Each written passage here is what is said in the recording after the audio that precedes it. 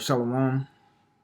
It's your brother Kasha Kwala coming back at you with a lesson in the spirit, giving all glory, honor, and praises to Yahweh Bashim, Yahweh Shai Bashim, Hakwadash. Double honors to the apostles and elders, great millstone to rule and teach well. Peace, love, salutation to the elect 144 first fruit. All right, so this one is just kind of I guess like a makes you think type lesson. This is something I've been pondering on. As you can see from the title of the lesson, I'm pretty much getting into the realism of the miracles. Um, I'm sure brothers already kind of had this indication or thought about it, but I just wanted to put it on wax and make it, just whatever. You can't. The main thing I want to do is you can't expect these miracles that are going to happen to look like some anime Dragon Ball Z shit that you watch on TV. That's how I'm gonna put it, blunt and blank, and just like that. It's not gonna be like these fucking animes and cartoons or shit. Even some of the things that we see on with real actors on movies, because that's CGI. Now it's gonna be like a realistic thing, and sometimes, how can I best put this? For bros who watch sports, and you see an individual do a miraculous thing on the court, that is, in a sense, a form of a miracle, to be honest with you. Just to keep it real, there's not a lot of people on the planet Earth that can do a through the legs 360 dunk. That's a miraculous thing that you saw before your eyes. Like, whoa, what the fuck? You see what I'm saying? It's like, damn. That's the best way I can put it, because we haven't yet seen, like, of course we've seen miracles. I'll say, shoot, the prophecies in itself coming to pass is like a miracle. It's like, because it's far-fetched to a lot of people that don't have a keen spiritual eye to things. So that's a perfect way to say it. It's not going to be, see, it's kind of tough to say. Maybe another brother could do a follow-up lesson to this and maybe explain it better than I can, but the miracles that we're about to do, millions of people don't have a keen eye to the spirit, so they're gonna think it's a fucking reach, or it was an act, or it was a stunt, or they're gonna be like, okay, where's the cameraman? You see what I'm saying? These miracles are gonna be very. It's just the realism of it. We live in a realistic world. You know what I'm saying? Can expect some anime crap to be going on. You know what I'm saying? AKA like healing a person. It's gonna be real, man. It's hard to, like, I can envision it. I can see it in my mind right now, but it's kind of hard to kind of explain. I just wanted to make the point. That's the main point. Don't expect it to be some anime crap, some cartoon crap. You know what I'm saying? The miracles are going to be so realistic that it's going to look extremely, extremely far-fetched to people. So I know I'm in Acts 2, but let me get John real quick. Matter of fact, I'll start at Acts 2. This is where they're speaking in tongues. I'm going to get to the spirit. I mean, through the spirit, I'm going to get to the point.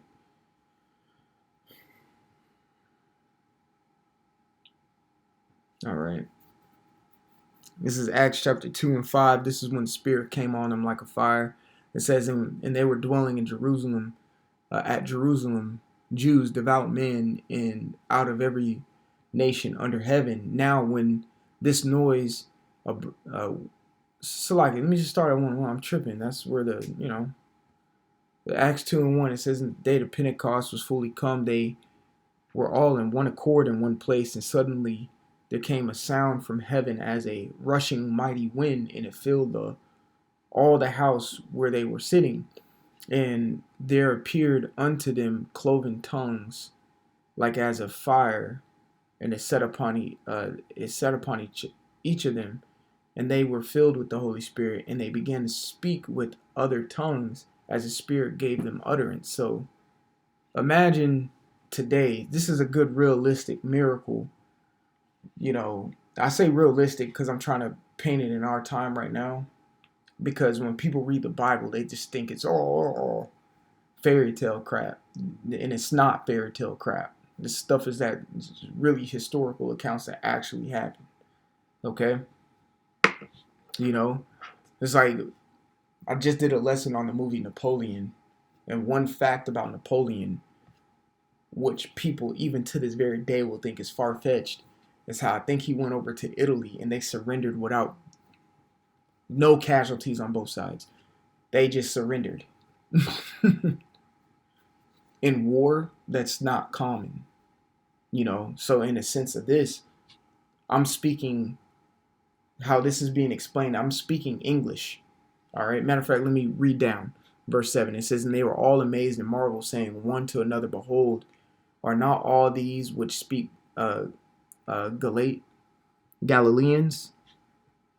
And now hear every man in our own tongue wherein we were born, the Parthians, Medes, the Elamites, and the dwellers in the Mesopotamia, and in Judea, and Cappadocia, and Pontus, and Asia."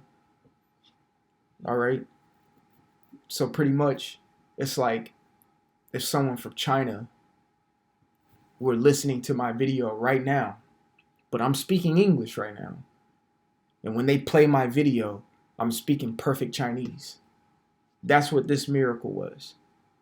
To a carnal eye, ears, and mouth that can't understand the Spirit, they wouldn't know what everyone would be marveling at. So they would think it's a reach. And that's what we're going to experience in this day and age.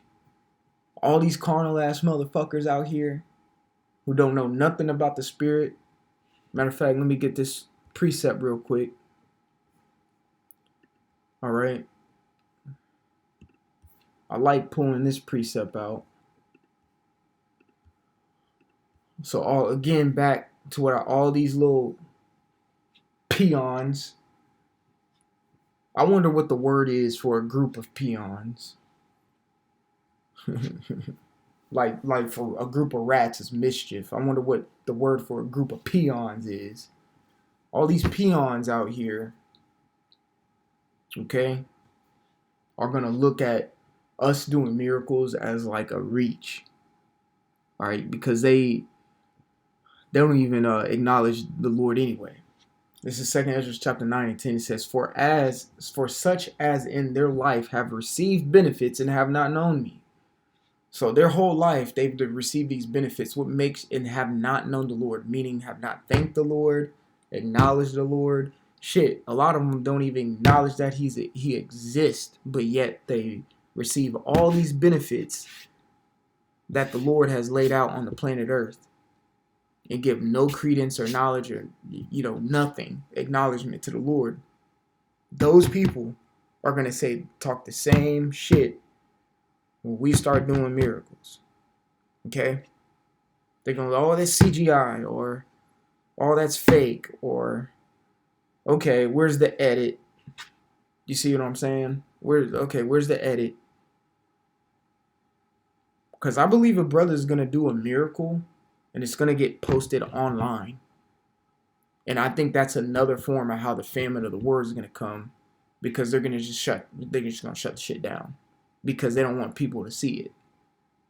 But there are millions out there who do have a keen spiritual eye that the Lord has sealed to be a part of the elect, who are going to see that and be like, nah, we in a time. The Lord is doing something right now, and he's making his prophets and he's making his men do miracles. But don't think these miracles that we're about to do is going to be on some Dragon Ball Z shit. You see what I'm saying? It's going to look extremely realistic. Extremely realistic. Don't think it's about to be on this crap. Okay? It's going to be extremely realistic.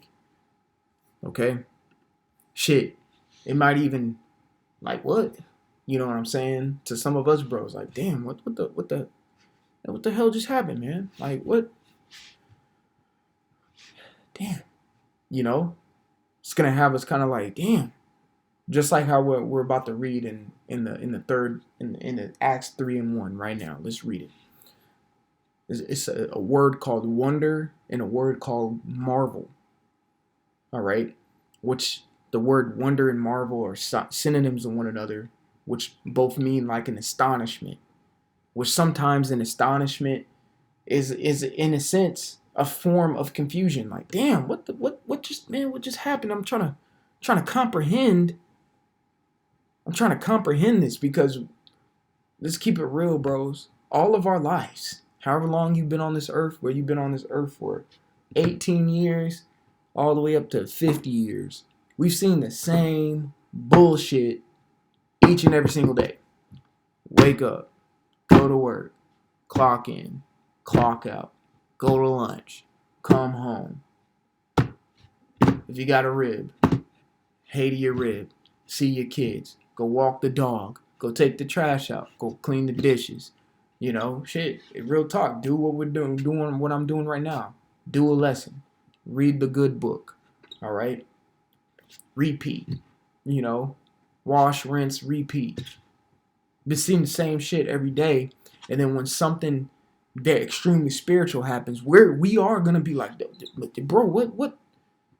Well, hold on, man. Hey, even the person who did the miracle is gonna. Did I just do something? Did I? You know, I just.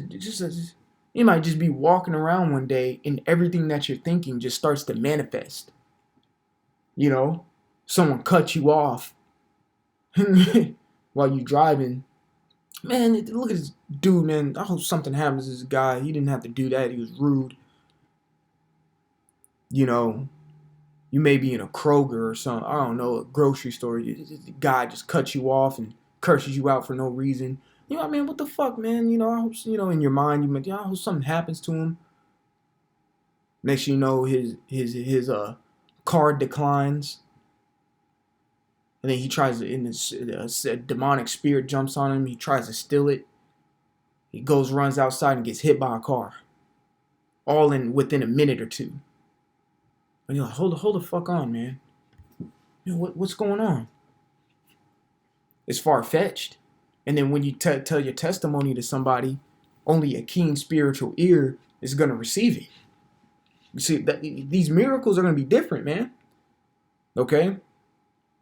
Or you may see someone in a wheelchair and you're like, man, damn, man, Jake going through it, man. I wish, you know, I pray that man could walk.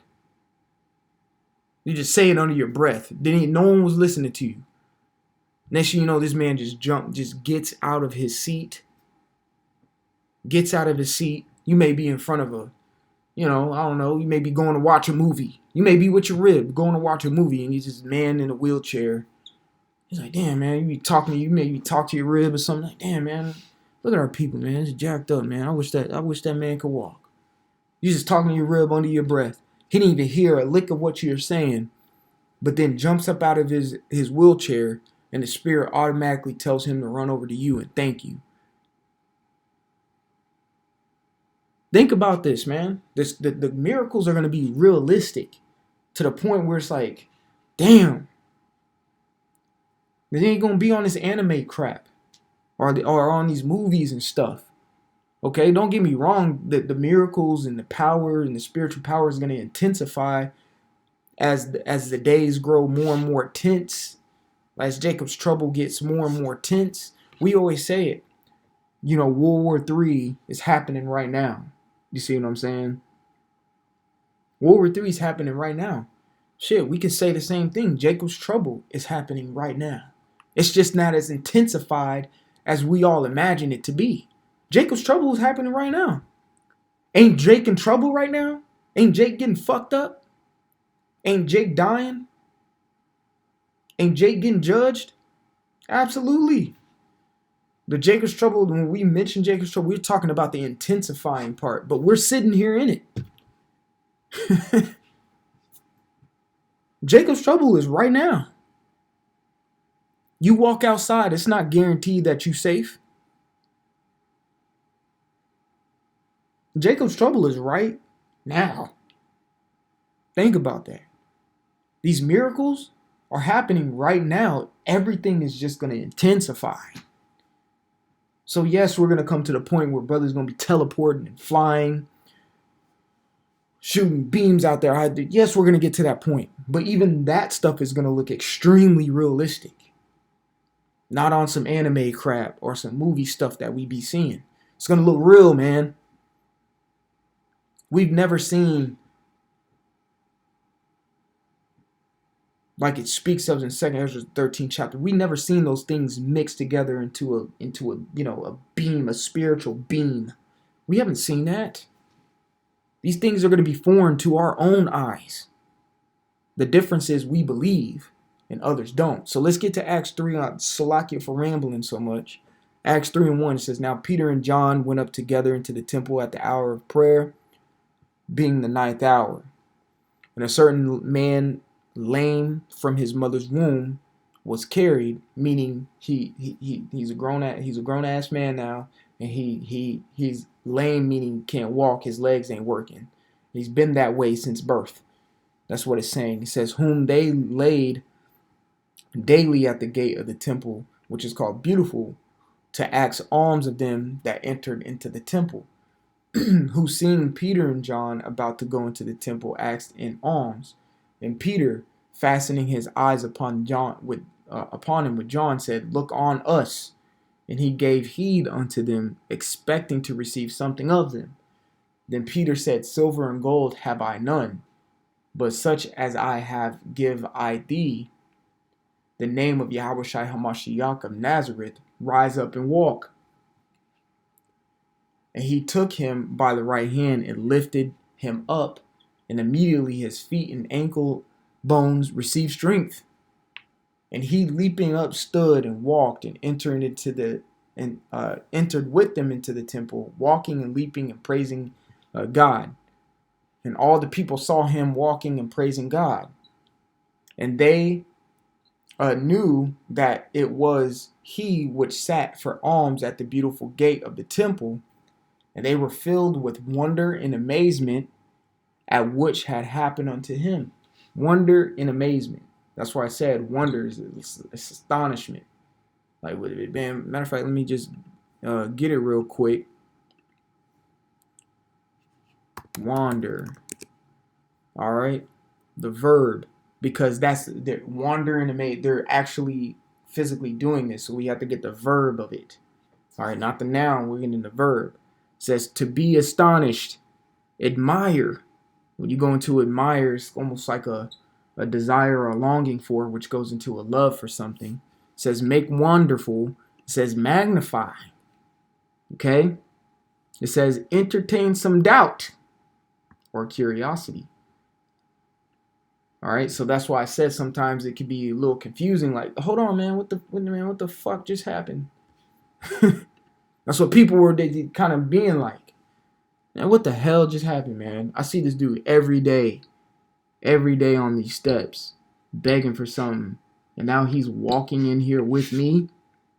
I done seen this man sit on his step for 25 years, man. I seen his legs. They look crippled and decrepit.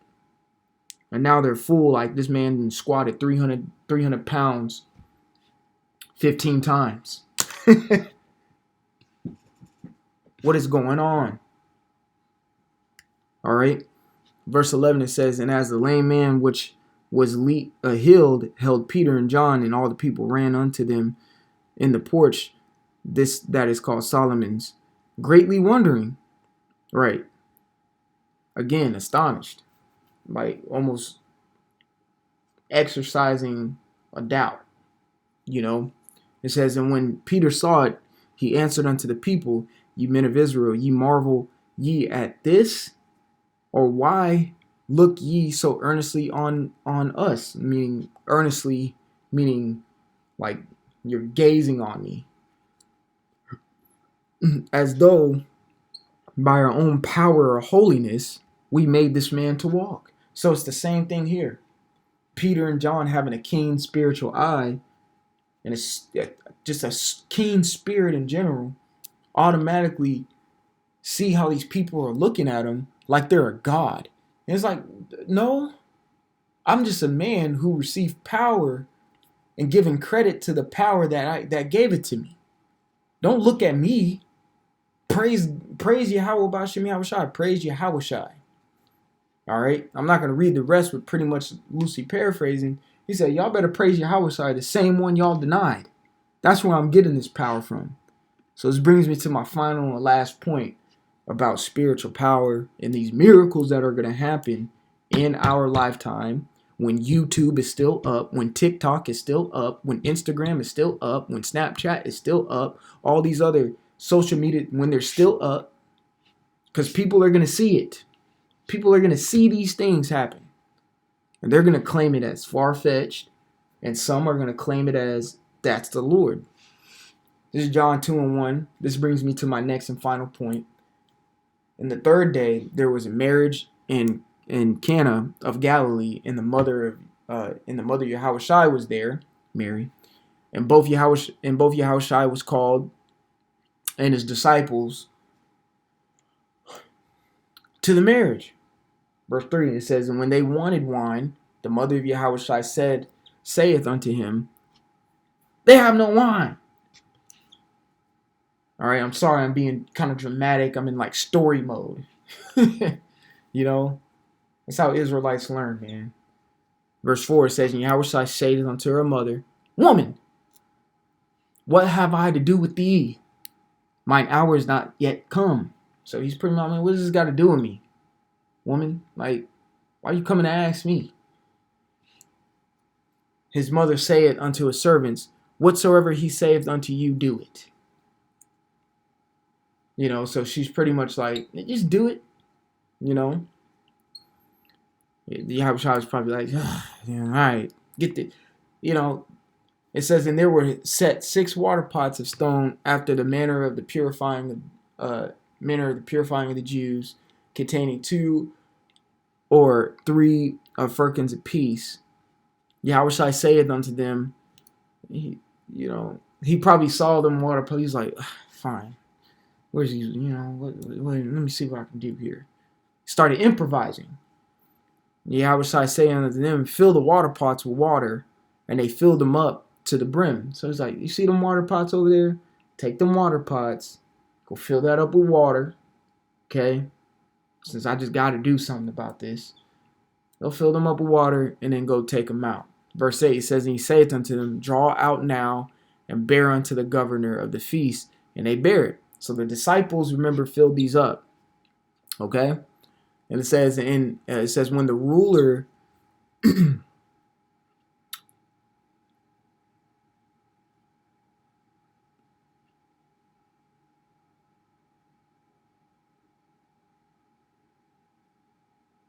Salakia. It says his mother said unto the servants, whatsoever he saith unto you, do it. Okay? So the servants, you know, so let's keep going. I'm going to have to come back to that, do some study. It says, and he said, draw him out now. It says, so when the ruler of the feast had tasted the water that was made wine and knew not whence it was, so he didn't know where it came from. He just needed the wine. It says, but the servants which drew the water knew. The governor of the feast called the bridegroom and saith unto him, every man at the beginning does set forth good wine, and when men have well drunk, then that which is worse, but thou hast kept the good wine until now. So pretty much he's like, man, we've been drinking some mediocre wine. Now you want to bring the good stuff out. That's how you know that, you know, the miracle of what he had that good wine.